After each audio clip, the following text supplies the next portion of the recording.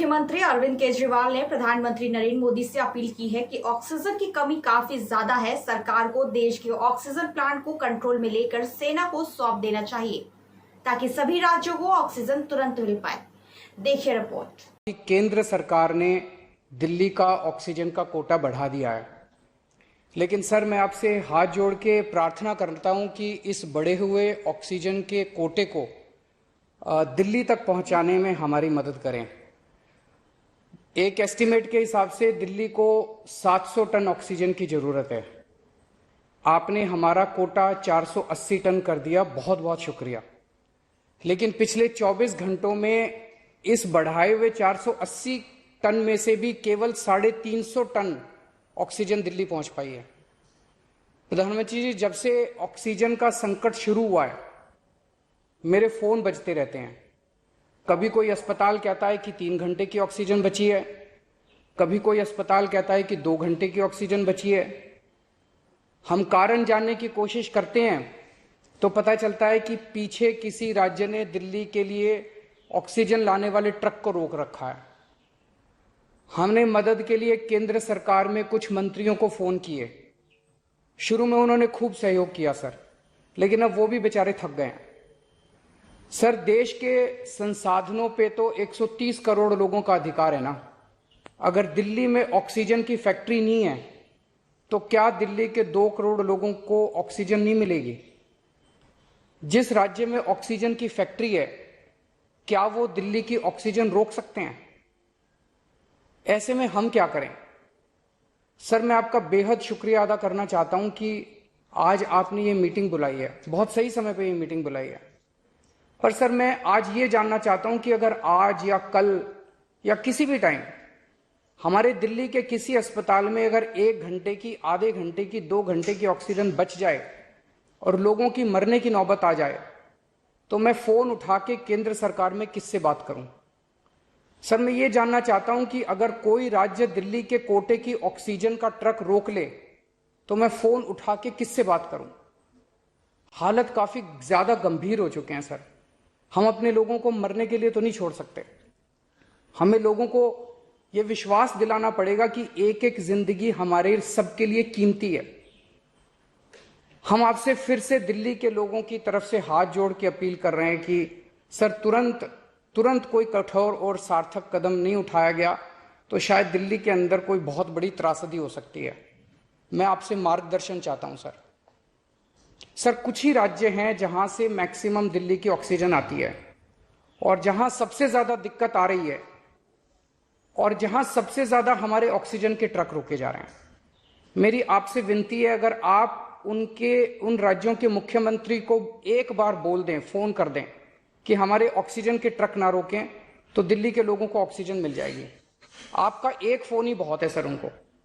दिल्ली के 2 करोड़ लोगों की तरफ से मैं आज आपसे हाथ जोड़ के विनती कर रहा हूं कि सर, आप हमारी मदद कर सकते हैं। आप कृपया हमारी मदद कीजिए और अस्पताल में लोगों को ताकि ऑक्सीजन मिल जाए। ऑक्सीजन की कमी के कारण अस्पताल में जो हालत बने हुए हैं वो अब देखे नहीं जाते।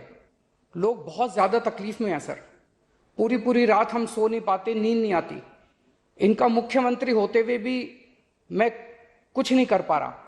डर लगता है कि ऑक्सीजन की कमी से कहीं कोई बड़ा हादसा ना हो जाए।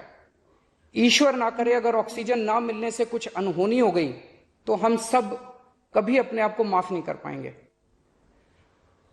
प्रधानमंत्री जी, कोरोना से देश को बचाने के लिए एक नेशनल प्लान बनना चाहिए। इस नेशनल प्लान के अंतर्गत देश के सभी ऑक्सीजन प्लांट्स को तुरंत आर्मी के जरिए केंद्र सरकार टेक ओवर करे। ऑक्सीजन प्लांट से निकलने वाले हर ट्रक के साथ एक आर्मी का एस्कॉर्ट व्हीकल रहेगा तो कोई उस ट्रक को फिर आगे रोक नहीं पाएगा। सर, दिल्ली का जो ऑक्सीजन का कोटा आपने बढ़ाया, हम उसके बड़े शुक्रगुजार हैं, लेकिन उसमें लगभग 100 टन ऑक्सीजन उड़ीसा और वेस्ट बंगाल से आनी है। हम परसों से, जब से कोटा बढ़ा है, हम कोशिश कर रहे हैं उस ऑक्सीजन को दिल्ली लाने की।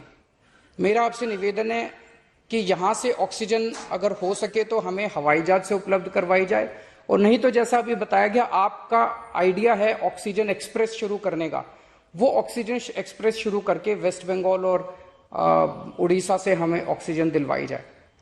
आइडिया नहीं, ऑलरेडी चल रहा है। सर दिल्ली तक नहीं पहुंच पा रही हमारी, दिल्ली तक नहीं आ रहा। उसमें अगर हमें दिल्ली के लिए भी कॉरिडोर मिल जाए तो आपकी बड़ी मेहरबानी होगी सर। आपने 2-3 जगह तो कर दिया सर, आपके इंटरवेंशन से मुझे पता चला।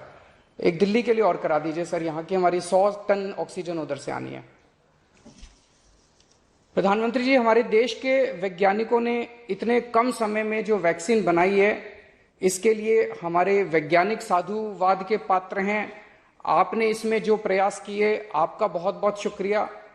अब हम सब लोगों को मिलकर कम से कम समय में अपने नागरिकों को ये वैक्सीन लगवानी चाहिए। इसमें केंद्र और राज्य सभी सरकारों को हमको मिलकर काम करना है। अभी सर केंद्र सरकार ने आदेश जारी किए हैं कि 1 मई से राज्य सरकारें सीधे कोरोना वैक्सीन खरीद सकती हैं। इसके बाद एक वैक्सीन की कंपनी ने अपने रेट जारी किए हैं कि वो केंद्र सरकार को 150 रुपए में और राज्य सरकारों को 400 रुपए में देंगे। सर एक ही देश में एक ही सामान के 2 रेट कैसे हो सकते हैं? 1 नेशन 1 रेट होना चाहिए। सारे देश को एक ही दाम पे वैक्सीन मिलनी चाहिए। अगर देश एक है तो वैक्सीन का दाम भी तो एक ही होना चाहिए। तो मैं आपसे निवेदन करता हूं कि केंद्र सरकार को, राज्य सरकारों को एक ही रेट पे वैक्सीन मिले। जिस रेट पे केंद्र सरकार को वैक्सीन मिल रही है, उसी रेट पे राज्य सरकारों को भी वैक्सीन मिलनी चाहिए। सर हर एक जान हम सब लोगों के लिए कीमती है। हमें ये एहसास हर भारतीय को इस वक्त कराना होगा। इसलिए मेरा मानना है कि देश में सबको दवाई, सबको वैक्सीन और सबको ऑक्सीजन मिलनी चाहिए, और बिना किसी विवाद और बिना किसी रुकावट के ये मिलनी चाहिए। मेरा विश्वास है देश में अगर कोरोना के खिलाफ एक नेशनल प्लान होगा तो हम सभी राज्य सरकारें और केंद्र सरकार मिलकर इस दिशा में काम करेंगे।